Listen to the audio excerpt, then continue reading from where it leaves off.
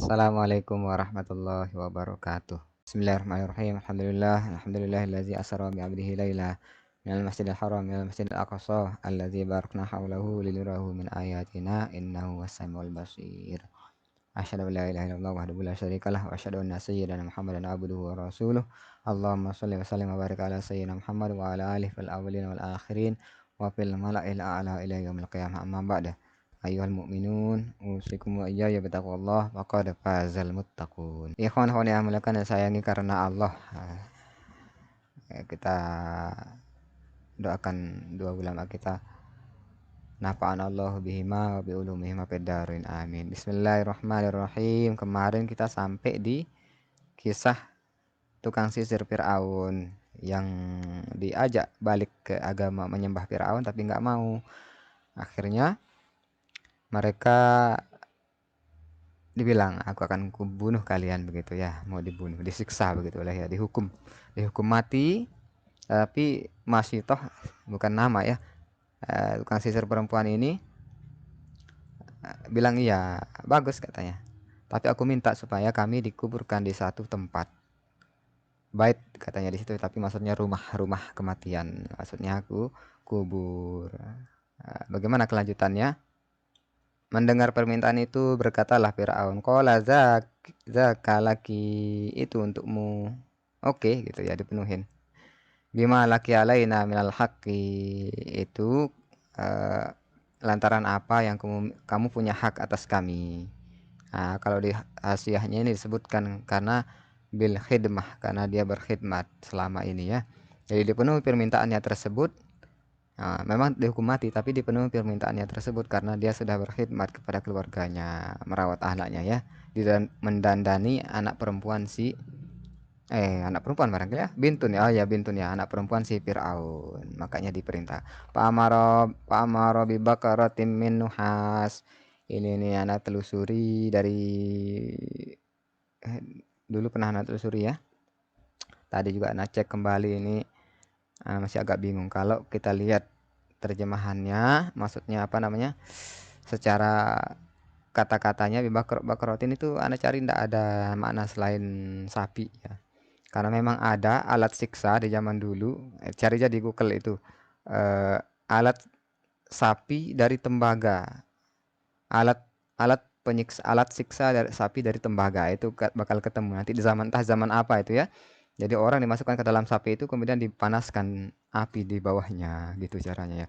Bebakrotin min nuhas, kalau kita ambil kata-katanya di sini, didatangkan Firaun menyuruh menyiapkan sapi dari tembaga. Tapi kalau kita ambil di hasiahnya ini, hasiah Dardir di situ katakan bakroh ini maksudnya sesuatu yang sangat besar. Wadah berupa dari tembaga. Kalau kita diceritakan sama para ustadz, para asatidz kita itu kuali, semacam kuali, tempat menggoreng lah ya, tempat menggoreng atau merebus dari kuali yang sangat besar. Wallahu alam mana yang benar. Yang jelas itu alat siksa untuk dimasak ya, luar biasa ya. Pauhmiyat, kemudian dipanaskan. Nah, di sini dikatakan di sini bizaitin au ma'in. Nah, di situ dipanaskanlah minyak di atas itu atau air. Ya, wallahu alam ya. Itu kalau baca-baca di Google itu ada patung sapi dari tembaga atau kuningan, itu dimasukkan orang ke dalam kemudian dipanaskan. Nanti kedengaran suaranya, alat siksa itu. Ya, salah satu alat siksa yang keji di masa lalu katanya. Nah, entah mana yang benar, wallahu alam. Yang jelas di sini mereka akan digoreng atau direbus. Zaitin au ma katanya di sini ya. Nah, wallahu alam yang mana benar. Kemudian setelah dipanaskan semua amara biha litalqa, kemudian diperintahkan dia untuk dia turun ke sana. Hiya wa auladuha, disuruh dia sama anak-anaknya, banyak anaknya ini ya, beserta suaminya juga. Wa alqaw wahidan wahidan, kemudian mereka apa namanya, turun satu persatu, hatta balagu asghara radiin. Oh, berarti besar deh memang ini wadah ini, sampai muat berapa orang itu anaknya semuanya. Hatta balagu asghara radiin, sampailah pada anak terkecil yang masih menyusu. Asghara radi ini anak menyusu yang paling kecil, berarti ini makanya dalam hasiahnya ini dikatakan bisa jadi anak yang menyusu ini banyak, tapi yang terkecil ini ya, jadi yang barangkali ada yang 2 tahun atau masih kecil, ada mungkin anak 4 tahun ya, masih kan ada anak 4 tahun perempuan itu biasanya masih mimik sama ibunya walaupun sudah besar. Barangkali seperti itu. Yang jelas anaknya banyak. Masih dikatakan zahiruhu, yang jelas kata beliau. Innar rodi muta'addidun. Anak yang masih menyusui ini berbilang-bilang, maksudnya enggak satu doang, banyak. Beberapa lah, antara 2 sampai 3 ya. Wa yumkinu an lilfata bi bayaniatin, maksudnya di sini idopatnya di situ katakan asgoro rodi, anak terkecil dari yang masih menyusu, itu maksudnya bibayaniatun, untuk penjelasan bahwa banyak anak tersebut. Nah, di sini kita katakan kana umurhu sab'atu ashur. Nah, anak yang terkecil, pokoknya paling bungsu sudah ya, yang masih menyusu ini umurnya 7 tahun. 7 bulan Bu. Sekali lagi, kana umruhu sab'atu ashur. Umurnya 7 bulan. Berarti baru belajar balik badan ya. Nah, masih belum bisa duduk umur segitu. Apalagi bicara. Falamma akhadhaha minas safaqah. Tatkala dia ambil anak itu gitu ya. Dia ambil anak itu minas safaqah alaihi, dari kasih sayang dia begitu ya. Listigorihi, karena saking kecilnya. Hatta kadat, sampai-sampai dia apa namanya hampir ibu itu, si tukang sisir perempuan ini masih toh ini, antar ji'a limu apakati Fir'aun, hampir-hampir dia menyepakati Fir'aun. Oke, saya balik ke agamamu, begitu hampir seperti itu ya. Qala lahar rodi, ya, berkatalah yang menyusui ini, berbicara dia, ternyata anak ini yang masih menyusui ini bicara. Apa kata si bayi ini? Ya ummah, ya ummah, ya abah, ya ummah, itu bahasa panggilan akrab orang Arab ya. Ya ummah, hai ibu ya. Koi ai irmi nafsak, lemparkan dirimu finnar, lemparkan dirimu ke api ya ibu gitu. Wala takoasi, jangan kamu lambat, jangan kamu mundur, jangan gagal, pokoknya jangan jangan lelet lah begitu ya. Kalau kita lihat di kamus itu, takoas itu lelet, mundur, atau gagal, pokoknya nggak jadi gitu ya, ragu-ragu dia. Allah ta'akhari, jangan kamu apa namanya nggak jadi mundur gitu ya. Li ajali, jangan kamu mundur karena aku, kata anak ini. Hei ibu, lemparkan dirimu ke dalam api tersebut, jangan nggak jadi gara-gara aku. Nah, ya. Kemudian dia bilang pada ihim yalkuni, biarkan mereka apa namanya melemparku begitu ya, biarin aja mereka lempar aku juga. Irmi nafsak fa innaka alal hakim, lemparkan dirimu, sesungguhnya engkau berada di atas kebenaran, katanya. Itu kata si anak ini. Jadi ragu ibunya kasih lihat anak lagi, bayangin aja ya, ibu-ibu anaknya masih nyusu, baru bisa balik badan, lagi lucu-lucunya mau direbus atau mau digoreng. Akhirnya ragu, tapi berkata-katalah anak ini. Nah, anak yang bicara ini adalah satu di antara 4 bayi yang berbicara di dalam buayan semasa masih digendong. 4 itu mana di antaranya? Fa inna saunuddin aula min saunin nafsi wal aulad. Karena sesungguhnya menjaga agama itu lebih utama dari menjaga diri dan anak-anak. Nah, tapi kalau ijtihad para ulama udah kita jelasin kemarin ya. Nah, Imam Syafi'i itu ketika ditanya tentang sifat Al-Quran apakah makhluk atau bukan, beliau menggunakan jawaban yang mengecoh. Nah, itu untuk menyelamatkan diri beliau boleh. Nah, tapi Imam Ibnu Hambal terang-terangan melawan. Nah, itu ijtihad para ulama. Karena beliau seorang ulama, kalau nanti celaka lalu meninggal, beliau resiko membawa ilmu tersebut, mempertahankan diri demi kelangsungan ilmu. Itu boleh kita bertahan, mengecoh dengan jawaban wal aulad. Kemudian apa kata si anak? Kemudian Pak Al-Qoyat hiya wa auladuha, kemudian jatuhlah dia berserta anaknya ke dalam penggorengan atau tempat rebus tersebut, ya Allah. Qala, kemudian di sini dikatakan wa takallama fil mahdi arbaatun, berkata di dalam gendongan itu ada 4. Jadi bayi yang bicara waktu masih kecil, dia masih digendong gitu ya. Ada 4, wahum sigorun, dan mereka itu masih kecil semua. Haza wa syahid, wahum sigorun haza, ini anak yang kecil ini. Ini yang pertama ya, anak dari tukang sisir Fir'aun, seorang masitoh ya, seorang tukang sisir perempuan punya bayi. Bayi ini bicara untuk memperkokoh hati, memperkuat, memperteguh hati ibunya gitu ya. Siapa yang pertama? Anak ini. Aulahum haza, anak ini yang pertama. Kemudian wasanihim, kemudian yang kedua syahidu Yusuf. alaihissalam, saksi Nabi Yusuf alaihissalam. Oh, dalam surah Yusuf kan wasyahada syahidum min ahliha in kana qamisu kayak gitu ya.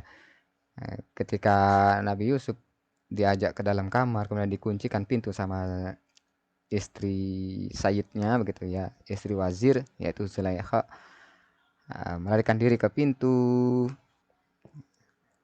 Kemudian apa katanya di situ mereka menemukan tiba-tiba muncullah tuannya di situ, suaminya Zulaikha di pintu, kemudian dipitnahlah Nabi Yusuf sama Zulaikha. Itu dalam surah Yusuf ya. Fastabaqal bab, kemudian Nabi Yusuf dan Zulaikha berebutan mengejar pintu. Nabi Yusuf di depan, ditarik sama Zulaikha, kan robek bajunya di belakang kan begitu. Wa alfaya sayyidah ladal bab, pada mereka berdua ketemu ya kepergok sama sayyidnya ya tuannya itu suaminya Zulaikha. Qalat ma jaza man arada bi ahli kasu, katanya Zulaikha berkata kemudian, apa balasan, apa hukuman majaza man aroda, siapa yang orang yang mau mencelakakan keluargamu, illa aisjana au azabun alim, kecuali dia akan dipenjara atau akan dihukum hukum berat, kata Zulaikha. Qala ya rawadatni, kata Nabi Yusuf, dia yang merayu aku, kata Nabi Yusuf. Nah, terus apa katanya, bersaksilah si bayi ini. Di Al-Quran tidak disebutkan, nah, tapi ini kita telusuri nanti riwayatnya, dalam kitab ini disebutkan saksi itulah si anak kecil ternyata yang bersaksi, makanya dipercaya.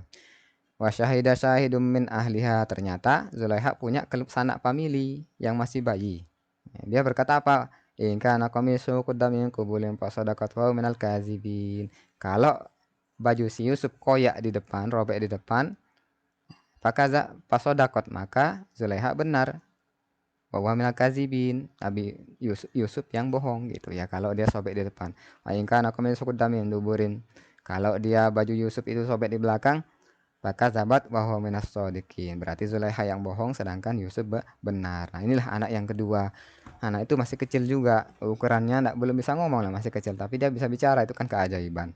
Nah, itu namanya syahidu Yusuf, saksi, orang yang bersaksi atas benarnya Nabi. Kemudian yang kedua, yang ketiga mana tadi, sahibu Juraij, saksi si Juraij al-abid. Juraij dulu seorang ahli ibadah di masa Bani Israel dulu, kemudian dipitnah berzina dan ada seorang anak yang diakukan kepada dia. Siapa nama bayi ini yang ngomong ini? Jarjis namanya. Wasmuhu Jarjis, wa kana min khabarihi, dan diantara kabarnya itu, beritanya atau ceritanya itu, kisahnya itu, annahu kana ya'budullaha ta'ala fi saumaatihi, bahwa Juraij ini menyembah Allah di saumaah. Itu kalau kita cari itu biara lah, tempat ibadah orang Bani Israel itulah, walau alam gimana bentuknya kan, au muta'abbadihi, tempat dia beribadah. Faja'athu ummuhu, kemudian dia didatangi oleh ibunya. Ini dalam hadis ya.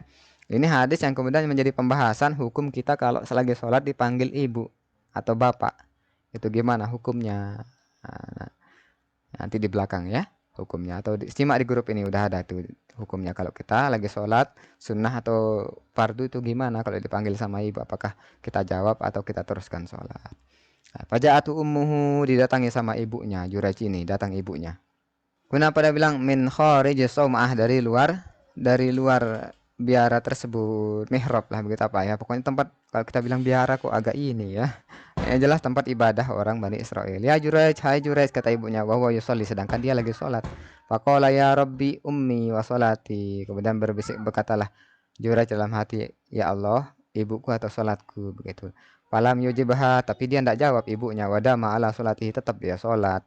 Fansoropat, kemudian pergilah ibunya. Sumaja'athu minal god, kemudian ibunya datang lagi besok pagi hari. Wawo yusolli, dan dia sedang sholat. Panadathu ya Juraij, ya dia, ibunya memanggilnya, hai Juraij. Faqala ya Rabbi ummi wa sholati, dia bergumam lagi, ya Allah sholatku atau ibuku atau sholatku.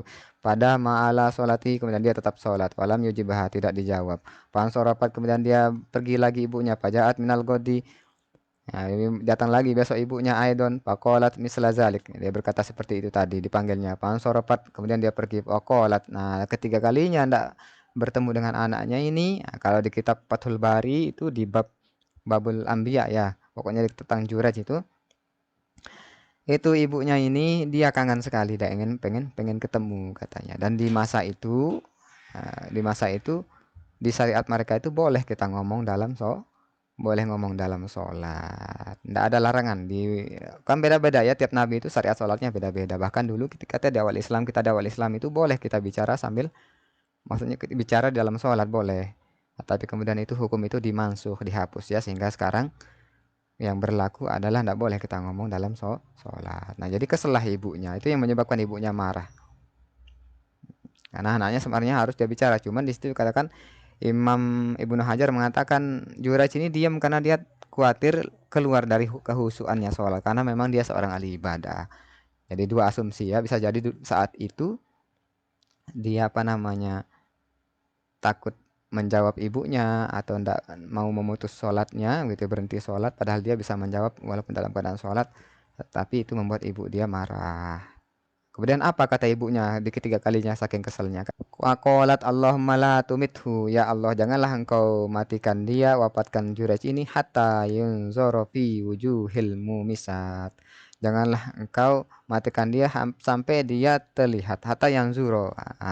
Bisa yanzuro, bisa yanzuro sampai dia melihat. Melihat maksudnya kejadian fi wujuhil mumisat, di depan apa namanya, maksudnya dia menghadapi mumisat itu wanita-wanita tuh apa namanya PSK begitu ya, wanita-wanita tukang jajan, cewek BU kalau zaman sekarang ya. Alafu ay azaniyat, wanita-wanita pezina. Jadi ibunya ini mendoakan anaknya supaya dia nanti ketimpa masalah sama sama perempuan gitu ya Pak, perempuan gak bener yang tukang zina. Wafil hadis, dalam hadis dikatakan Lauka Jurayj faqihan, andai kan Jurayj ini adalah seorang yang faqih, itu kata Nabi ya. Ini udah kita bahas kemarin di kitab Fathul Bari, sinkron dia sekarang di sini ya. Dalam hadis Nabi bilang apa? Apa sabda Rasulullah SAW? Lauka Jurayj faqihan, andai kan Jurayj itu seorang yang faqih, paham agama, paham ya, bukan sekedar ahli ibadah sholat bekerjaannya tapi tidak paham. Andai kan dia faqih kata Nabi, lakau ta'ah sholat tahu, niscaya dia putus salatnya, wa ajaba umahu, dan memenuhi panggilan ibunya. Ajaba ini bukan cuman uh, uh, jawab doang ya, tapi memenuhi panggilan itu ajaba. Nah, makanya di situ walaupun dalam sholat dia boleh ngomong, itu kan dia mesti berhenti sholat untuk mendatangi ibunya, disamperin ibunya. Cemat tapako antazakara Banu Israel fi amri Jurayj. Nah, Bani Israel dikala itu orang-orang memang benci sama dia, suka mau dijahili begitu ya. Dalam masalah Jurayj ini, wakasrati ibadati, mungkin karena pengaruh cerita dari tadi masalah ibunya tadi, kemudian karena saking banyak ibadahnya. Wa kana fihim izzaka imra'atun, di situ di antara mereka orang-orang yang sedang bermufakat untuk mencelakai Jurayj ini ada seorang wanita yang bagiyun, yang apa ya, bagi itu yang keji sudah ya, keji. Seperti Nabi, seperti Siti Maryam dikatakan, wa ma kanat ummuki bagiya, hai Maryam, kenapa kamu hamil di luar nikah, padahal ibumu bukanlah perempuan yang nakal begitu ya, bukan perempuan nakal, bukan wanita nakal. Nah, ini ada wanita nakal di situ. Aizaniatun, yang suka zina. La yaroha ahadun illa tatana biha. Nah, jadi tidak ada seorang yang apa namanya yang terlibat dengan perempuan ini kecuali dia akan kena fitnah. Pakolat, apa kata perempuan ini ketika masih mufakat sama orang-orang Bani Israel, kaumnya Jurayj sudah ya. Insitum fatantuhu lakum, kalau kamu mau aku bakal fitnah dia. Fa'atathu wa ta'arradat, kemudian wanita ini mendatangi Jurayj. Jadi setelah kejadian ibu itu, si Jurayj ini digoda sama perempuan pezina. Wa ta'arradat, dia nyerahkan dirinya lahu kepada dia, pokoknya minta dijauhi sudah ya. Bima taqaddara alaihi, wallahu alam apa maksudnya di sini taqaddara itu kira-kira ya. Walam yaltafit ilaiha, kemudian dia tidak apa namanya? Dia tidak menoleh kepadanya. Udah digoda, udah dirayu, udah serahin diri perempuan ini. Walam yaltafit ilaiha, tidak menoleh kepadanya. Falamma ayisat minhu, sampai tatkala dia perempuan ini berputus asa. Ya, udah digodain tidak mempan juga ini. Jurayj ini benar-benar orang yang ahli ibadah. Ja'at liro'in, artinya perempuan yang nakal ini mendatangi seorang ro'in atau ro'i. Ro'i itu penggembala, penjaga, penggembala ternak ya, entah kambing atau sapi. Makanathu, kemudian dia apa namanya, makana, makanathu. Kalau kita lihat di ini maknanya secara zahir ini, memungkinkannya atau menempatkannya begitu ya. Diajak nginep lah begitu ya. Barangkali maksudnya. Wa makkanathu minha pahamalat pahamilat. Kemudian dihamillah dia dari si penggembala ini. Falamma waladat, dan kala dia melahirkan. Singkat cerita ya. Falamma waladat, kala perempuan ini sudah melahirkan, qalat lahum, dia berkata, apa pengakuannya, annahu min Juraij. Ya, anak ini asalnya dari Juraij, punya si Juraij anak ini katanya, setelah dia melahirkan si wanita nakal ini. Faja'u ilahi, maka orang-orang Bani Israel itu datang kepada Juraij. Wahadamu somatahu, mereka menghancurkan tempat ibadahnya. Waja'alu yadribunahu, mereka apa namanya, memukulkannya, dipukul dia. Juraij ini dipukulkan dengan bahan-bahan bangunan tersebut barangkali maksudnya ya. Faqala lahum, kemudian dia berkata, Juraij berkata kepada mereka, masa nukum, kenapa kalian ini? Ada apa gitu ya? Apa mau kalian? Waqalu, mereka berkata lahu kepadanya, qad zanaita bihadzihil mar'ah. Kamu telah berzina dengan perempuan ini gitu. Wa hadzal waladu minka. Ini anak ini dari kamu katanya. Waqala lahum, kemudian apa kata Juraij menjawab? Apa kata dia? Ayo. Qarrabuhu minni. Dekatkan dia padaku. Bawa anak itu ke sini. Maksudnya anak itu tidak di situ kan? Entah di mana anak itu, kemudian datangkan, bawa anak itu sama istrinya ke sini, sama ibunya ke sini gitu ya. Wada'uni usolli rakaataini, biarkan aku salat 2 rakaat. Nah, memang dari dulu itu memang sudah ada rakaat, entah bagaimana bentuk rakaatnya itu, wallahu a'lam. Yang jelas salat itu memang udah 2 rakaat dari zaman Nabi Musa itu, dalam menurut riwayat ini. Jadi ini sebagai ibrah bagi kita, kalau kita ada masalah berat itu sholat 2 rakaat sebelum kita ngadu kemana-mana atau apa-apa, itu sholat 2 rakaat. Sebenarnya sholat sunnah mutlak, tapi karena ada hajat minta pertolongan, itu namanya dinamakan sholat hajat. Jadi boleh kita bilang usolli sunnatan lillahi ta'ala. Nah, dengan mengharap ridho, kemudian nanti setelah sholat kita sampaikan hajat, atau boleh kita bilang usolli sunnatal hajati lillahi ta'ala. Mana-mana boleh. Sama-sama dinamakan sholat hajat. Baik melekat pada namanya maupun melekat pada niatnya. Papa'alu, maka mereka kerjakan apa yang diminta. Jadi mereka itu membawa perempuan tersebut berserta anaknya. Palaman soropa min sholati, tatkala selesai dari sholatnya. Jura selesai udah sholat ya. Atal walada wa ta'anahu biyadihi. Jura samperin anak ini. Anak yang masih kecil, masih digendong ya. Baru lahir lah begitu. Wa ta'anahu, ditonjol. Apa sih ditonjol? Ditowel lah begitu ya, ditowel dengan tangannya, oi bayi gitu. Pibat nih di perutnya. Oh iya ya begitu ya. Nah, berarti Juraij ini memang seorang soleh, bahkan dikatakan dia ada kemungkinan dia seorang nabi, tapi bukan rasul. Ingat beda nabi dan rasul apa kan? Nah, nabi itu kalau zaman sekarang itu para wali. Kenapa para wali tidak jadi nabi zaman sekarang? Karena pintu kenabian sudah ditutup. Nah, anggaplah dia kelasnya seorang wali Juraij ini. Terlihatlah karomahnya di sini. Apa di situ? Habis ditowel perutnya si bayi ini sama Juraij, pibat nihi wa qala lahu, dia berkata Juraij bilang sama si anak nih, man abuka, bayi siapa bapakmu gitu ya. Man abuka ya gulam, siapa bapakmu wahai bocah gitu ya. Faqala abi fulan ar-ra'i, bapakku adalah fulan, dia gitu ya. Entah siapa namanya, tidak disebutkan. Bapakku fulan ar-ra'i, seorang penggembala. Nah, jadi keluar, jadi orang kan takjub. Nah, orang zaman dulu cepat banget takjub. Ini bayi baru lahir kok sudah bisa ngomong. Ini kalau bukan karena mukjizat, ini bukan, atau karomah, pasti tidak akan terjadi. Fa'alimu annal mar'ata qad kadzabat. Maka mereka jadi orang-orang itu, Bani Israel itu tahu dia jadinya bahwa perempuan ini sudah berbohong alaihi, atas Juraij itu. Akbalu alaihi yakbaluna a'dha'ahu. Mereka akbalu alaihi, kemudian dia apa namanya kembali kepadanya, yakbaluna a'dha'ahu. Allah apa maksudnya ini secara arti, yakbaluna itu menerima, a'dha itu anggota. Allah alam apa cerita artinya ya, anggotanya. Wa ta'azzaruna ilaihi, mereka meminta maaf lah gitu ya, uzur ilaihi. Wasa'aluhu, kemudian dia memintanya. Wasa'aluhu ayyabnu lahu, kemudian mereka bertanya kepada Juraij, ayyabnu lahu sauma'atahu, mereka meminta ya supaya dibangun lagi tempat ibadahnya min zahabin. Jadi mereka menyesal ya, ta'azar itu mohon maaf. Nah, dia menyesal. Ini kesalahan kami begitu ya. Kami minta sekarang kami bangun ganti rugi, kami bangun tempat ibadahmu lagi min zahabin dari emas katanya. Pakola, apa kata Juraj? Ibnuha mintin, bangunlah dia dari tanah. Nah, kalau kita ya, kelas-kelasnya kita, ya bangun udah pakai emas gitu ya. Sekalian kasih aku kepingan beberapa gitu kan. Waliyadzubillah. Mudah-mudahan kita bisa meniru beliau dalam hal kesalehannya. Ya, kalau bukan orang soleh, kalau bukan seorang wali gitu, kasih Allah, apapun makomnya, tentu tidak akan bersaksi si bayi ini setelah ditoel toel perutnya. Setelah itu dibangunlah kembali tempat ibadahnya Papa Alu, kemudian minti nih makan kan dibangun seperti sebagaimana biasa dari tanah. Wa ada, kemudian Juraj kembali ila ibadatihi, beribadah kepada Allah hatta mata sampai dia mati. Kemudian yang anak yang keempat, bayi yang keempat yang berbicara sama si bayi yang mungil, siapa? Isa alaihi salatu wassalam, Nabi Isa alaihi salatu wassalam. Fi qaulihi inni abdullah, aku adalah hamba Allah. Itu kan di surah Yusuf ya.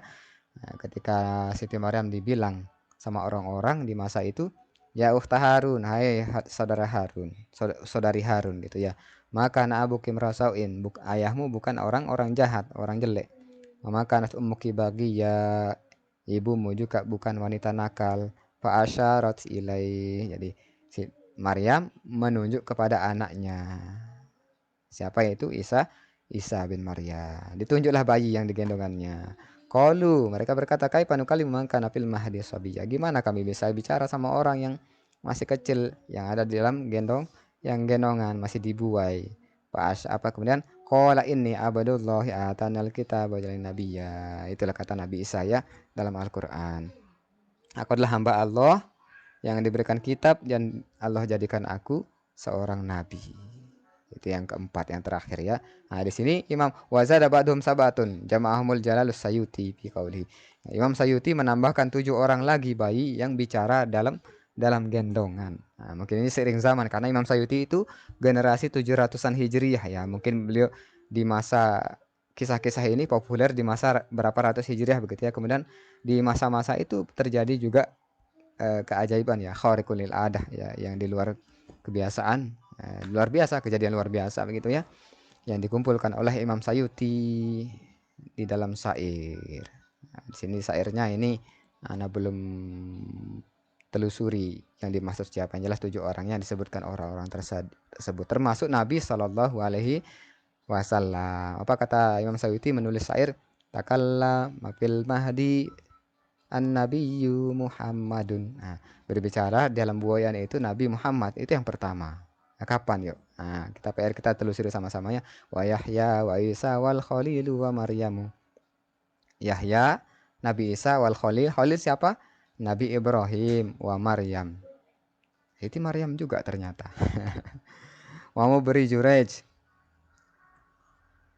Apa namanya, mau beri Jurej itu pembebas Jurej, saksi yang tadi ya, wa mau beri Jurejin summa syahidu Yusuf, kemudian saksi dari Yusuf itu lazil watib lu lizil ukhdud yaruihi muslimu gitu ya. Jadi ada anak dalam perang Ukhdud ya yang diriwayatkan oleh Muslim. Ini PR untuk kita. Nah, belum telusuri ini. Watib lu alaihi marra bil ummah. Jadi anak juga ada yang berjalan ceritanya itu di suatu umat yuqaulaha tazni wala tatakallam. Nah, dibilang berzina tapi dia tidak berbicara. Wama sitatu fi ahdi fir'aun tifluha. Yang ini tadi ya, wama sitatu fi ahdi fir'aun tifluha. Anak dari Masitoh, tukang sisir perempuan yang punya anak, itu dia bicara wa fi zamanil hadi al mubarak yaktumu. Zamanil hadi wallahu taala alam ya. Ini perangsang untuk kita. Ayo cari yuk siapa 7 orang yang selain 4 orang ini yang bicara di dalam buayan. Ikhwan akhwat yang muliakan saya ingin karena Allah, sampai sini dulu kajian kita pada malam hari ini. Mudah-mudahan Allah berikan kita putuhnya para arifin. Allah ta'ala putuh al arifin wa faqihna fid din. Allah mafahimna al masyariat wa tariqat al haqiqah wa astamilna biha bihaqqi sayyidina Muhammad sallallahu alaihi wasallam. Allahumma ya musir asir ya mudabbir dabir ya musahil sahil sahilan kul asir bi al bashir nazir. Allahumma asru'yu wa masyayikhina anna wa la tusib barakat ilmi minna. Kita tutup dengan kafaratul majlis. Subhanakallah wa hamdika asyhadu an la ilaha illa anta astaghfiruka wa atubu ilaik. Wallahu muwaffiq hadi ila sabilir rasyad. Assalamualaikum warahmatullahi wabarakatuh.